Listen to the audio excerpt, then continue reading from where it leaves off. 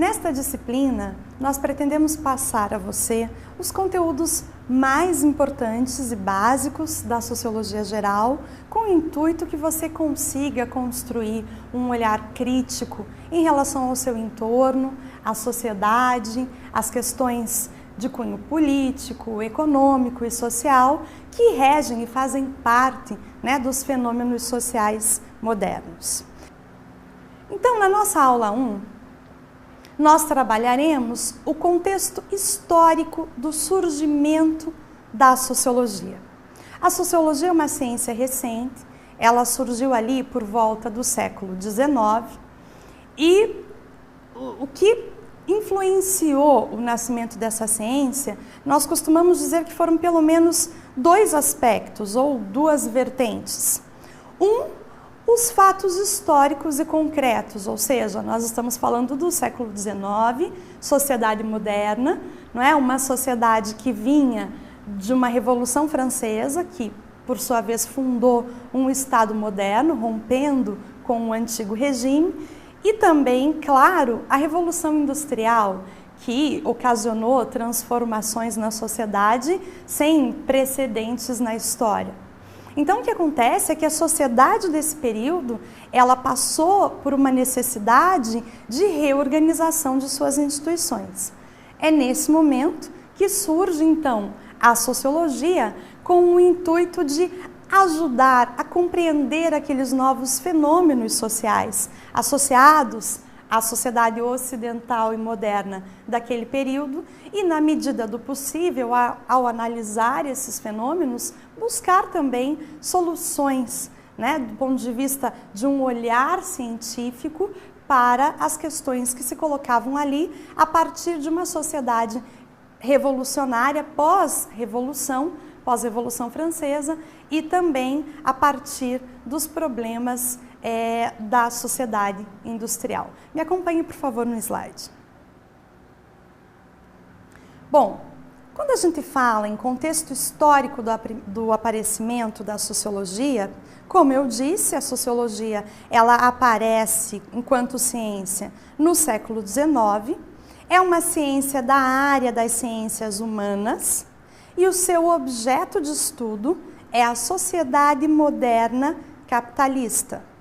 Ela tem o objetivo de abordar cientificamente a realidade e os fenômenos sociais, as formas de interação entre os indivíduos e o estudo das esferas econômica, política e cultural da sociedade. Bem, a sociologia então surge no século XIX em função dessas transformações nas instituições políticas, econômicas, sociais, ocasionadas ou oriundas das duas grandes revoluções, a Revolução Francesa e a Revolução Industrial. Me acompanhe, por favor, nos slides. Ela surge devido a fatores históricos e a mudanças nas formas de interpretação dos fenômenos sociais. A partir desse momento, a gente observa que houve uma necessidade de interpretar e reordenar a sociedade da época devido a um contexto de crises e mudanças sociais.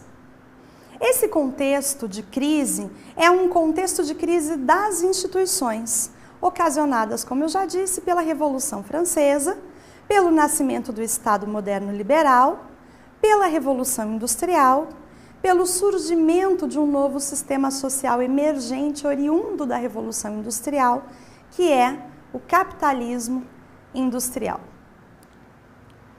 Nesse momento, a sociologia, ela se pretendeu lançar sobre todos esses fenômenos um olhar científico.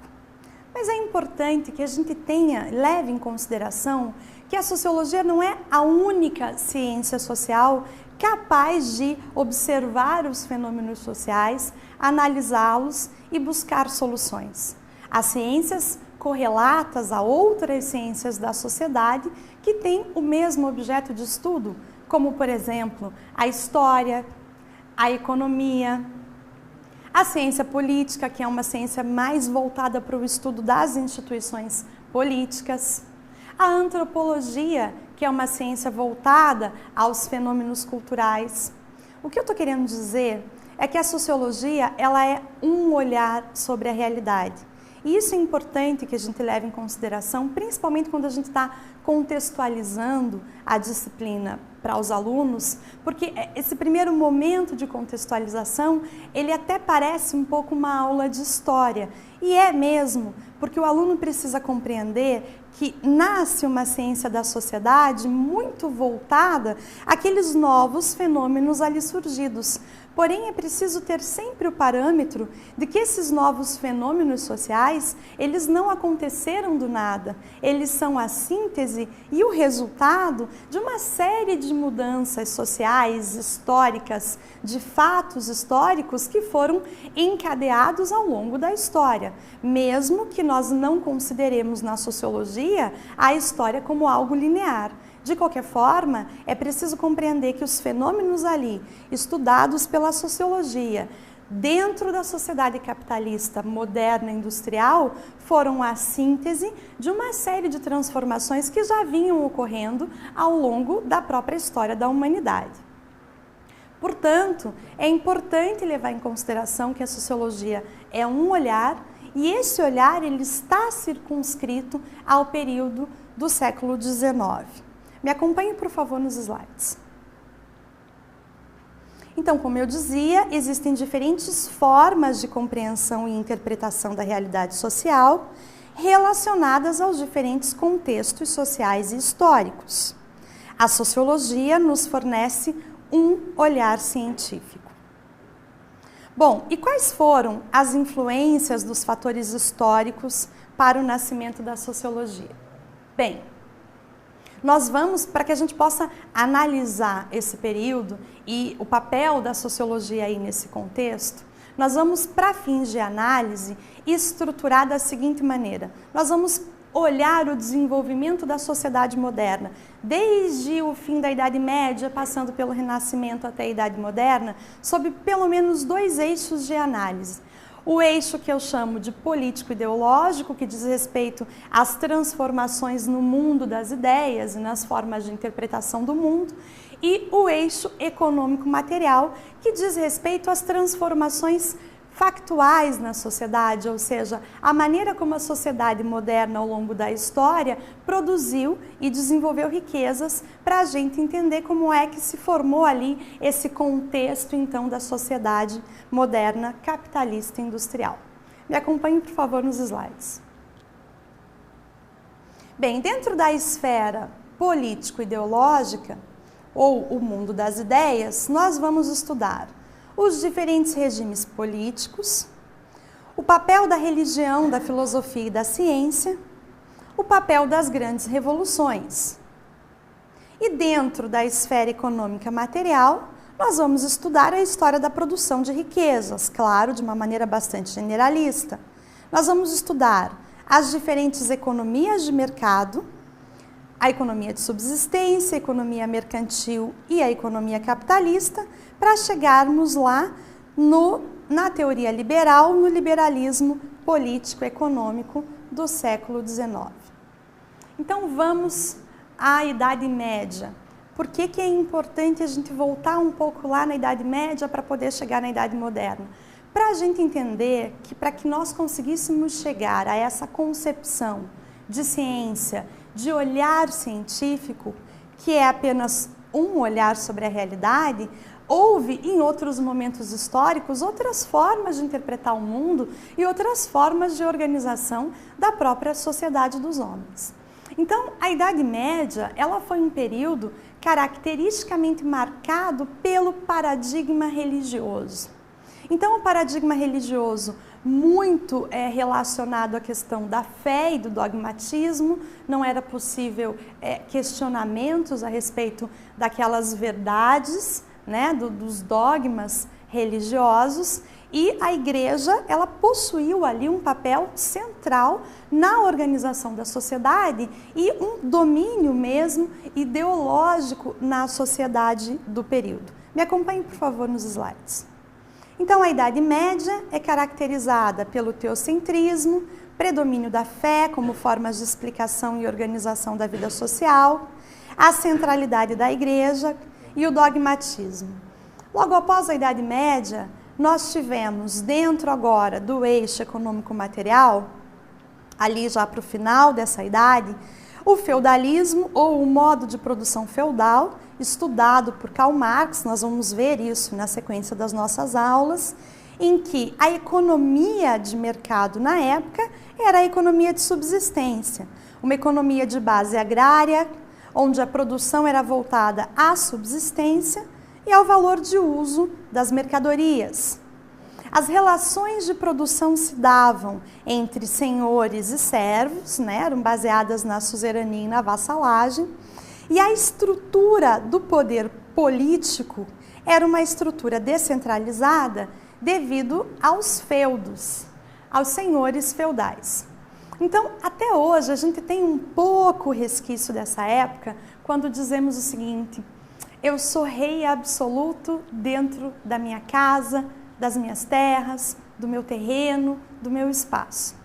Naquela época, na Idade Média, como a sociedade era dividida em feudos, os senhores feudais praticamente administravam suas terras de uma maneira muito autônoma. Eles possuíam acordos entre si, mas de uma maneira geral a gente pode dizer que o rei, o príncipe, ele não tinha um controle do que acontecia nos feudos, nas suas próprias terras. Naquela época, os senhores feudais praticamente tributavam, legislavam, né, executavam as leis, e os servos tinham para com os senhores uma relação de fidelidade, assim como os senhores também. Embora arrendassem suas terras, né, suas terras fossem arrendadas pelo rei, os senhores eles tinham uma relação de fidelidade com o senhor maior, que era o príncipe, o rei e a igreja. Mas os servos, os empregados, eles eram praticamente propriedade do senhor. Então, dentro do feudalismo, é importante que a gente demarque muito bem isso. Havia uma estrutura de domínio político, econômico, muito descentralizada, e o soberano, ele não tinha um controle absoluto do que acontecia no reino. Isso vai mudar a ponto de nós chegarmos na Idade Moderna com a centralização total do poder nas mãos do rei, nas mãos do soberano. Mas antes disso, vamos observar como é que se deu essa transição do período feudal, da economia de subsistência e do paradigma religioso para a Idade Moderna, para a Idade Laica, o paradigma da ciência e da razão. Me acompanhe, por favor, nos slides. Então, o período de transição entre a Idade Média e a Idade Moderna é chamado de Renascimento. O Renascimento, em relação ao eixo ideológico, político, ele é marcado pelo fenômeno da secularização. A secularização foi uma forma de interpretação da sociedade que separava as instituições religiosas, o dogmatismo religioso, com os fatos concretos, humanos e sociais. Bem, a secularização provocou no plano ideológico a desmistificação das atitudes morais e políticas dos homens e abriu caminho, portanto, para a nova concepção do homem, que é o antropocentrismo.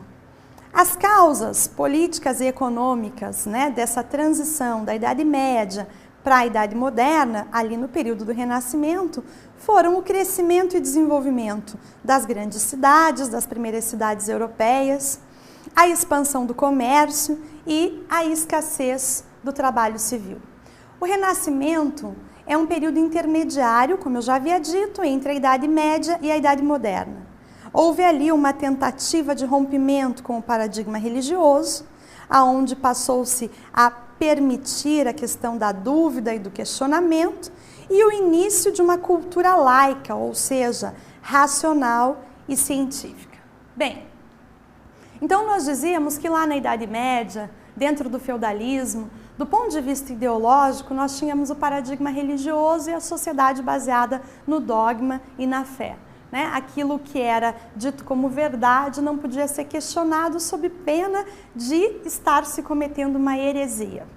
A sociedade mudou, se desenvolveu do ponto de vista econômico, mas também se desenvolveu do ponto de vista do mundo das ideias. O fenômeno da secularização passou a permitir que os indivíduos buscassem uma nova forma de interpretação dos fenômenos sociais, uma nova explicação para aquilo que acontecia na sociedade. E ele é particularmente importante aqui para nós, porque a síntese de todas essas transformações nas formas de interpretação do mundo, na busca por explicações mais racionais a respeito dos fenômenos, vai se sintetizar mais tarde lá no nascimento do pensamento científico e depois no nascimento de uma ciência da sociedade. Então, o mundo ele vai caminhando, a história vai caminhando para uma racionalização da interpretação do mundo e da vida e dos seus fenômenos e também para uma racionalização das próprias relações sociais. Então, esse período de transição da Idade Média para a Idade Moderna, que é o Renascimento, ele demarca essa nova forma de interpretação da realidade, mas ele também demarca uma questão importante que é o modo de produção. A economia de subsistência vai sendo deixada de lado e aos poucos, com o nascimento das grandes cidades europeias, das primeiras grandes cidades europeias, vai começar a se estabelecer ali uma atividade comercial não apenas voltada para a questão da subsistência ou do valor de uso das mercadorias. Vai começar a surgir uma relação ou uma espécie de relação de troca e de relação comercial em que vai se trocar mercadorias por um valor de troca já almejando um lucro naquela operação. Então, nós estamos aí no período do Renascimento, indo ao início da Era Moderna, já com uma transição da economia de subsistência para a economia mercantil, para o estabelecimento das relações comerciais. E por que eu disse ali no slide que houve uma escassez do trabalho servil? Porque como o modo de produção está mudando, o que vai acontecer? Os servos, eles já não vão mais aceitar trabalhar nas terras como escravos, como servos. Os servos vão buscar agora a vida nas cidades, buscando, obviamente, melhores condições de vida e de trabalho. Outro exemplo que a gente tem dessa época de transição foi a própria Guerra dos 100 Anos e a Peste Negra na Europa, que vai realmente atingir boa parte da população europeia e nesse período a gente vai observar várias insurreições camponesas e o trabalho no campo, ele tende a partir daí a deixar de ser um trabalho servil.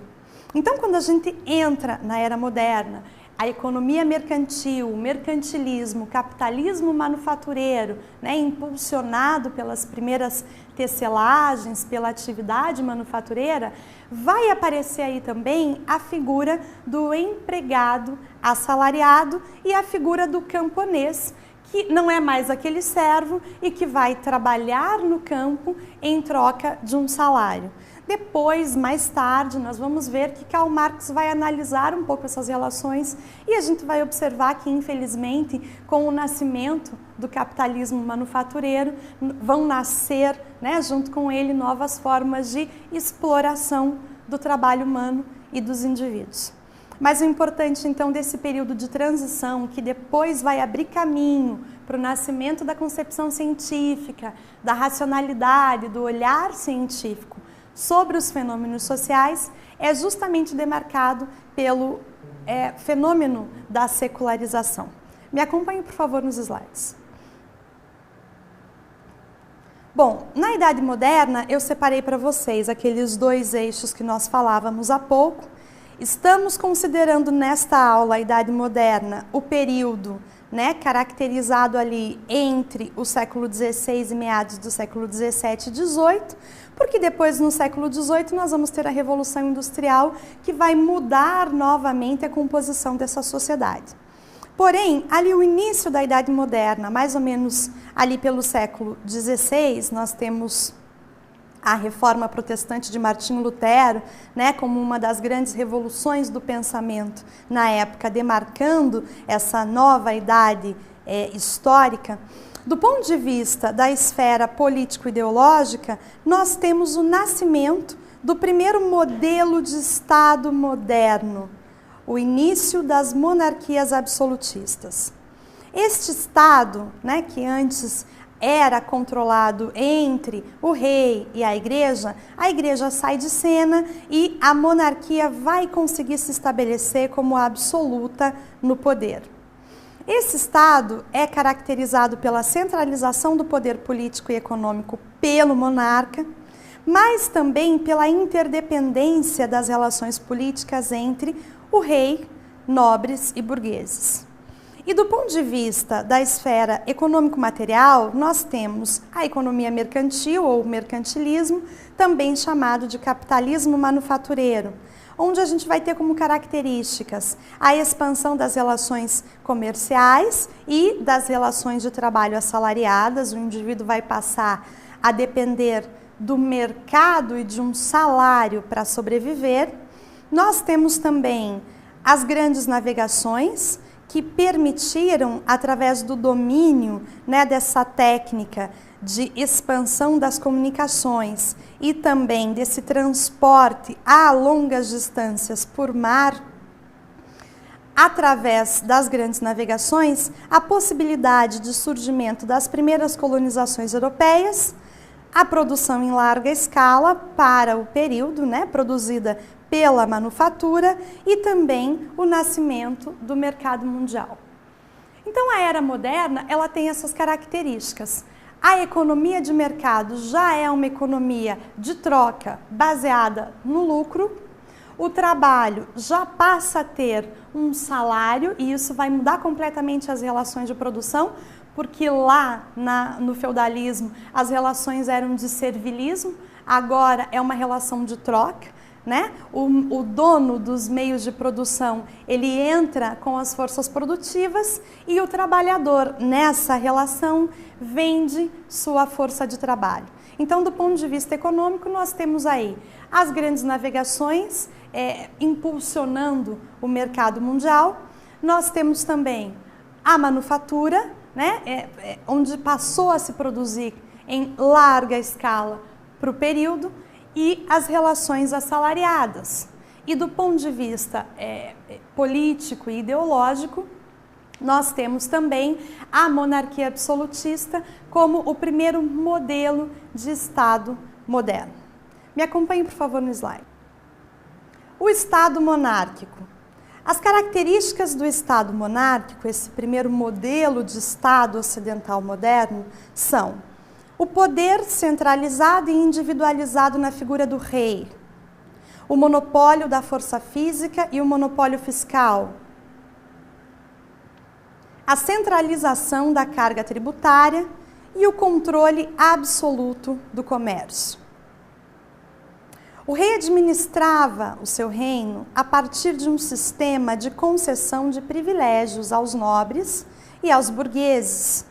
Aos nobres pagava pensões e aos burgueses realizava a venda de títulos e cargos políticos e administrativos. Isso caracterizou, nesse primeiro modelo de Estado, um poder político interdependente e vulnerável. Bem, eu costumo dizer que as mesmas causas que permitiram que a monarquia absolutista se estabelecesse no poder como absoluta, foram as mesmas causas que derrubaram o antigo regime quando os burgueses vão financiar a Revolução Francesa, que vai dar início ao Estado moderno. Por quê? Porque a grande característica do Estado monárquico era a centralização do poder. Lembra que eu havia dito que no feudalismo, na Idade Moderna, a estrutura de poder era uma estrutura descentralizada? Pois bem, o que o monarca fez ao longo da história? O monarca passou a retirar dos nobres esta autonomia.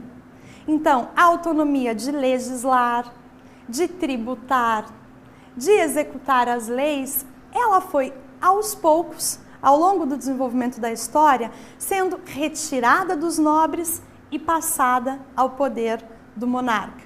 E chegou a tal ponto que no século XVI, o rei realmente consegue governar de maneira individualizada o seu reino. O problema desse governo individualizado é que os burgueses e também os nobres ficavam à mercê da vontade do rei, que detinha um poder individualizado. E isso causou, ou isso de alguma forma refletia em certos entraves da atividade econômica. Para que o burguês pudesse comercializar, ele tinha que pedir autorizações ao rei, ele pagava altíssimas taxas tributárias.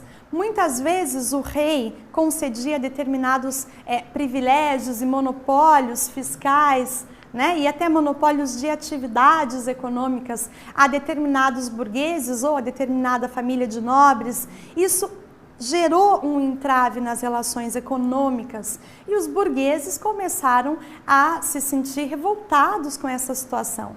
A situação, na verdade, do reino era de insatisfação geral. Por quê?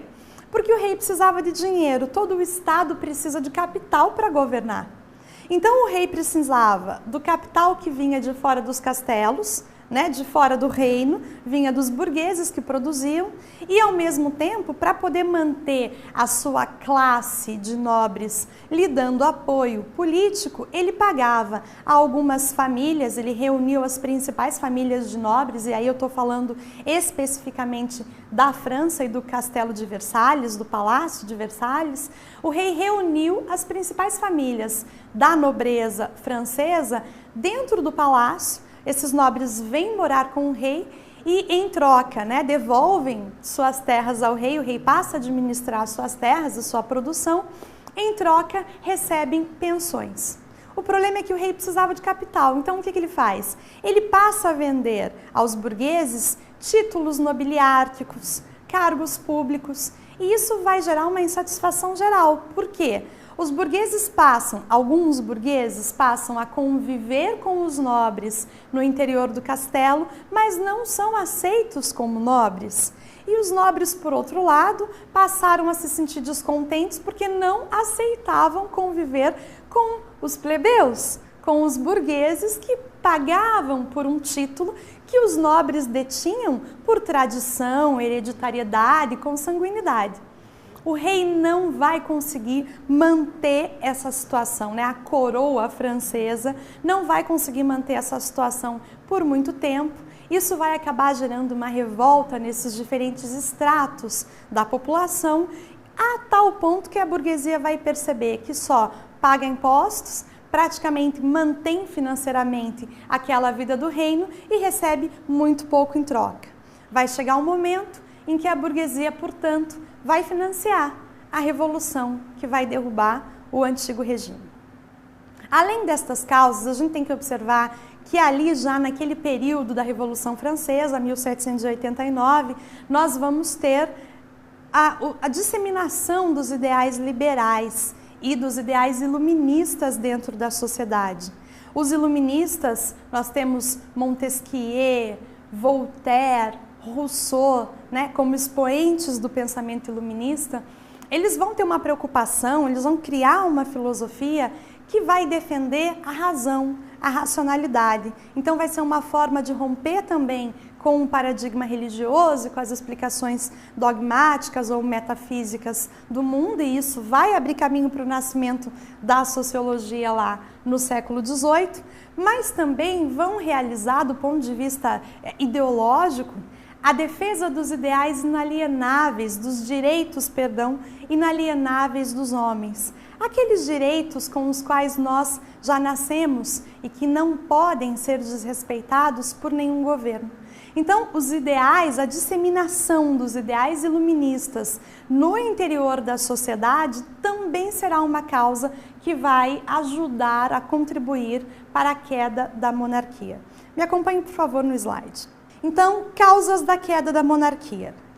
A monopolização e individualização do poder do rei, o controle centralizado que o rei exercia da atividade econômica, que significava um entrave ao desenvolvimento econômico e às atividades econômicas, o desenvolvimento dos ideais iluministas na sociedade e o nascimento da indústria. Os anseios da burguesia na época por liberdade de ação econômica foram, de fato, a razão mais importante para a queda da monarquia. Aí a gente já tem a base, né, da doutrina liberal. Liberal mesmo vem com essa ideia de liberdade, de defesa de liberdade, né? E os burgueses também, em relação ao nascimento da indústria, eles vão passar a enxergar o governo monárquico como um rival na disputa pelo lucro excedente que a produção industrial da época vai oferecer. Então, de fato, nós podemos considerar que o nascimento da indústria vai ser uma das causas principais da queda do Estado monárquico. Então, a gente precisa sempre analisar, né, a Revolução Francesa e, concomitante a ela, o nascimento da indústria na Inglaterra, a Revolução Industrial. Porque aquele burguês francês, ele já passa a perceber, ao longo do governo monárquico, que ele está sendo explorado, que ele não tem liberdade de ação econômica. Isso para o capitalista é terrível. Quando surge a indústria, esse burguês ele vai ter capital para se transformar naquele industrial. E a indústria vai trazer um lucro excedente sem precedentes na história, né, da sociedade. Então esse burguês vai pensar, por que eu vou continuar mantendo esse governo que privilegia, na maior parte das vezes, aos nobres, se eu tenho condições de fundar um Estado capaz de atender aos meus próprios interesses? Isso porque, vamos lembrar, né? O burguês ele tinha acabado de ter uma experiência histórica extremamente negativa de controle absoluto por parte do rei das atividades econômicas. Então a gente pode considerar o industrialismo também uma das causas da queda da monarquia e, consequentemente, do nascimento do Estado liberal. Então, observem como a sociologia vai ter aí uma missão importante, que é buscar entender todo esse período e essas novas relações que vão surgir a partir daí. Me acompanhe, por favor, no slide. Então, a Revolução Francesa e o nascimento do Estado burguês vem com toda essa expectativa da burguesia francesa de liberdade de ação econômica. É por isso que Karl Marx vai dizer, mais para frente, nós vamos estudar isso, que o Estado moderno é um instrumento de domínio da burguesia, porque eles fundam, de fato, um Estado que vai atender aos seus anseios por liberdade. Então, o nascimento do Estado moderno burguês significou o fim da autoridade do monarca, a divisão dos poderes de Estado pautada no princípio da legalidade. Então vai surgir aí aquela tríplice divisão de poder, legislativo, executivo e judiciário, para que o poder político nunca mais se centralizasse na mão de um único governante. E o pano de fundo desse novo Estado é o liberalismo, a defesa dos ideais liberais. E também a Revolução Industrial, que foi uma revolução das forças produtivas. A Revolução Industrial significou novas formas de organização do trabalho e gestão das organizações fabris, o processo de urbanização e todos os problemas oriundos da vida urbana, como, por exemplo, o êxodo rural, a precarização das condições de vida e assim por diante. Surge também, a partir do capitalismo industrial, a ideia de um lucro muito diferente daquele do capitalismo manufatureiro. O capitalista, a partir da Revolução Industrial, ele vai perceber que ele vai ter um lucro muitas vezes maior do que ele tinha em relação à atividade manufatureira. Então, o capitalismo industrial, ou o sistema capitalista, ele é um sistema em que se busca o lucro das relações comerciais por meio da acumulação privada de propriedade e de capital.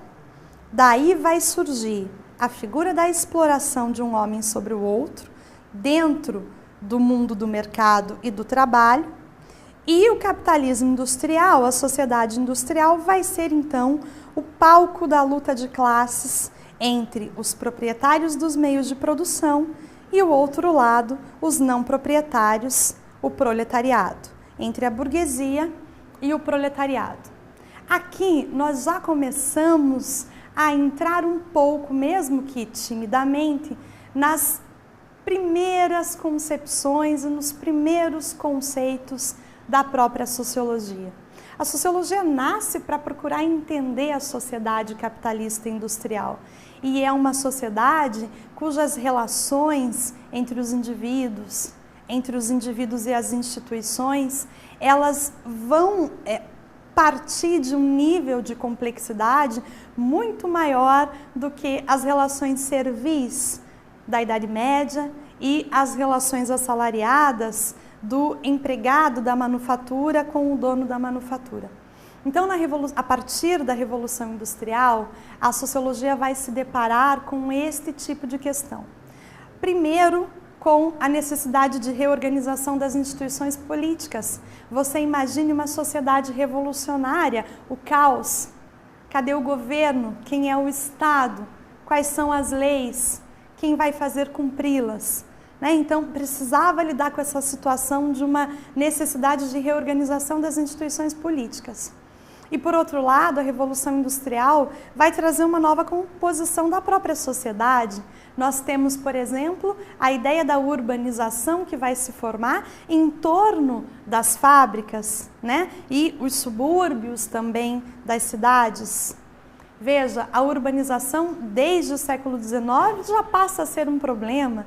A questão do êxodo rural, do saneamento, da saúde pública, problemas com violência, moradia, trabalho, relações assalariadas, a questão dos direitos.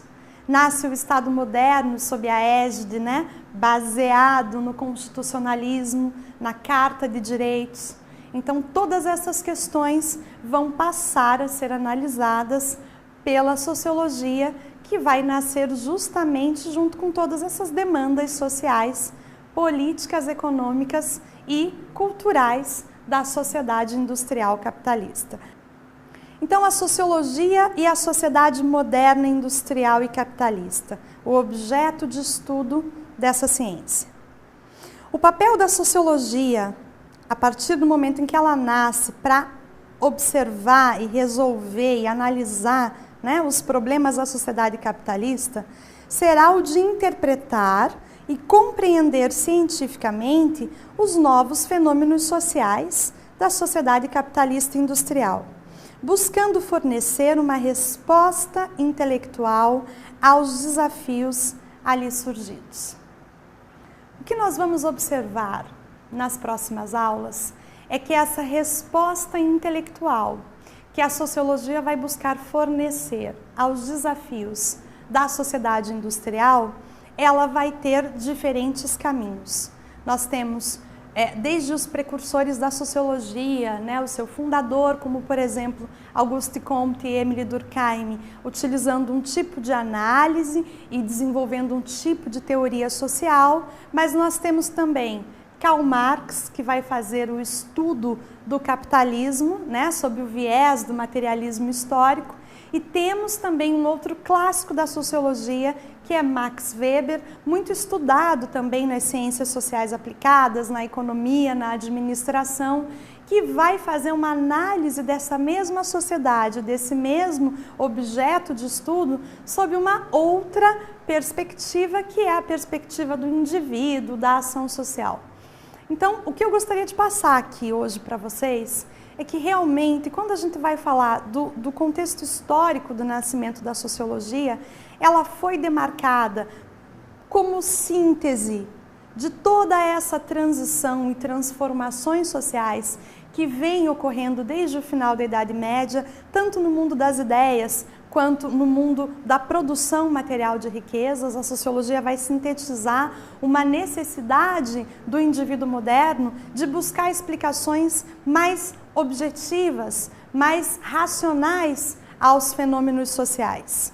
E essa resposta intelectual que a sociologia vai tentar oferecer, portanto, ela vem com essa série de questões a serem solucionadas. E a ideia é que na nossa próxima aula a gente comece, portanto, a entrar nesse conteúdo. Como foi que os primeiros estudos sociológicos, de fato, contribuíram com a compreensão da sociedade e dos fenômenos sociais ali surgidos na sociedade capitalista industrial.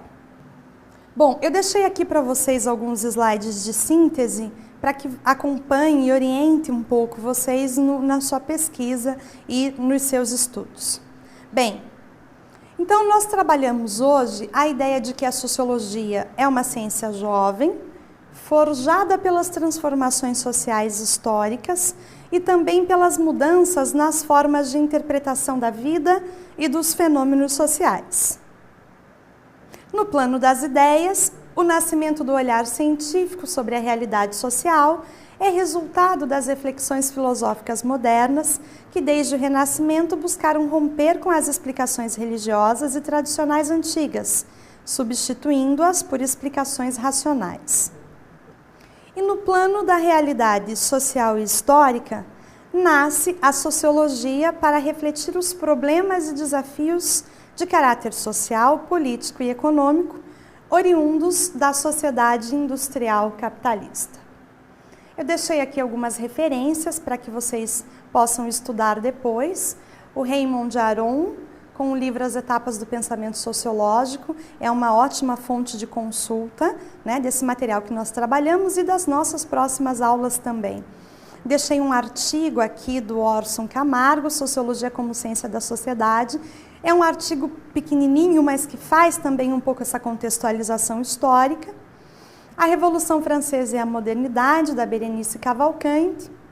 Um livro que é voltado ao professor do ensino, né, de segundo grau, enfim, do ensino médio, que é do Paulo Meixena, chamado Sociologia. E eu também estou indicando aqui um livro do Edward Burns, História da Civilização Ocidental. É um livro de história crítico, inteligente, que vai nos ajudar também a fazer todas essas associações da história, filosofia e ciência que nós buscamos fazer aqui hoje para vocês. Bem, eu espero que vocês tenham gostado da nossa aula, que eu tenha ajudado a contextualizar do ponto de vista histórico e do mundo das ideias o nascimento da sociologia e, na sequência, nós vamos trabalhar os aspectos mais fundamentais da sociologia e da sociologia clássica. Obrigada e bons estudos para você.